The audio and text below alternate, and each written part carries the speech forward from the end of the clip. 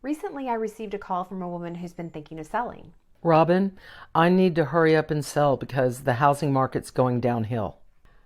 Well, I'm working with several buyers right now, and they've all been in multiple offer situations thus far in 2023. So I'm not sure that's accurate. From what I'm seeing, prices are holding or increasing.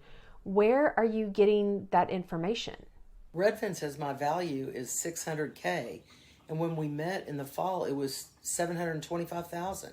Okay, you do realize that that's based on an algorithm, not actual comparable sales, right? So they're probably pulling in a sale or two that have closed recently, but that aren't in as good of condition as your property. Have Redfin or Zillow ever actually been inside your home to see its condition?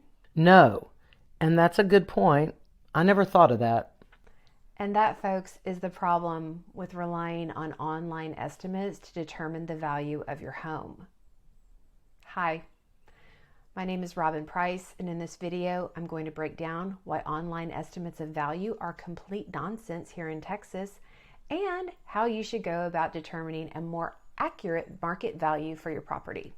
You're going to want to watch all the way to the end, even if you're not thinking of selling, because this information can also help you determine whether or not the market value assessment that you receive from the appraisal district is an accurate basis for your property taxes.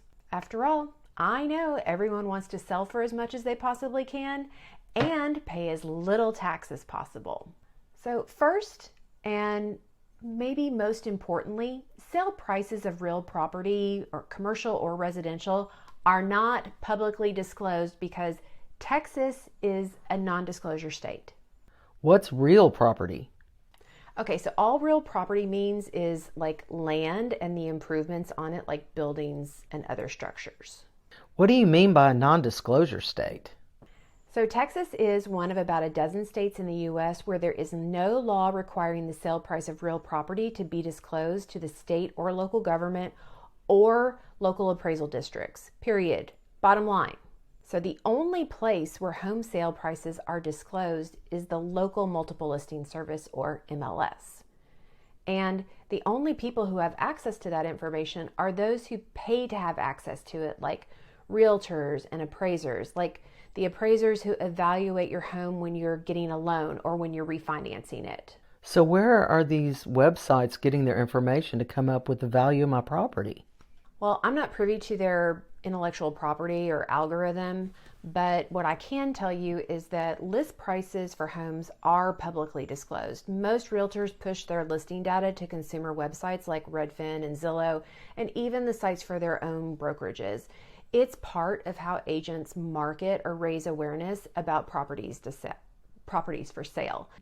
And mortgage amounts are also publicly disclosed. So when a home buyer closes on a property in Texas and has acquired that property with financing, the mortgage amount is included with a batch of information that gets sent to the county. So it's my guess that these websites are looking at the list prices and then the mortgage amounts, and that's kind of what they're plugging into their algorithm to develop an assessment of the sale price.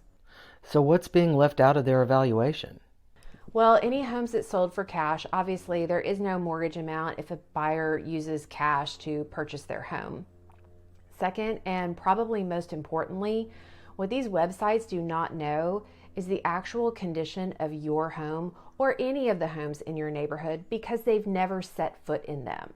So my question is, why would you rely on someone or something that has never even seen your home to dictate the market value of it? Here's an example. Two homes next door to each other with the same square footage and built the same year.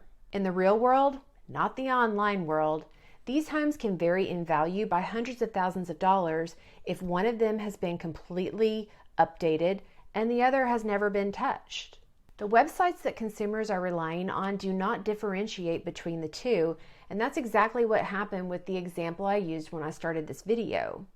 The site that my client was referring to in order to determine the market value for her home was pulling in estimated sale prices from properties that did not even compare to the improvements and updates that she has put into her home.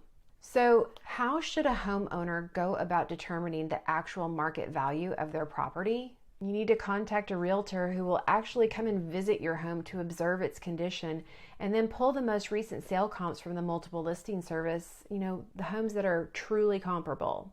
And if you work with me to do this, I will actually put together an electronic presentation that shows you the sales that I pulled from the MLS so that you can see all of the details, photos too, for the most comparable sales. It's pretty easy, right? Ask and you shall receive.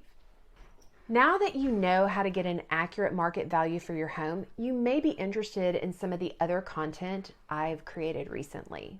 What's a seller paid rate buy down and the pros and cons of pre-listing home inspections. Seller paid rate buy downs are pretty common in our market right now, but they're not necessary in every situation. This video will help you understand how they work and, more importantly, when they work. In the pre-listing inspection video, I'll show you who I think would benefit from having a home inspected before it's listed and why they would benefit.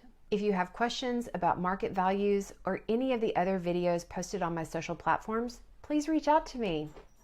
I am happy to answer your questions as they relate to your specific situation. Have a great day.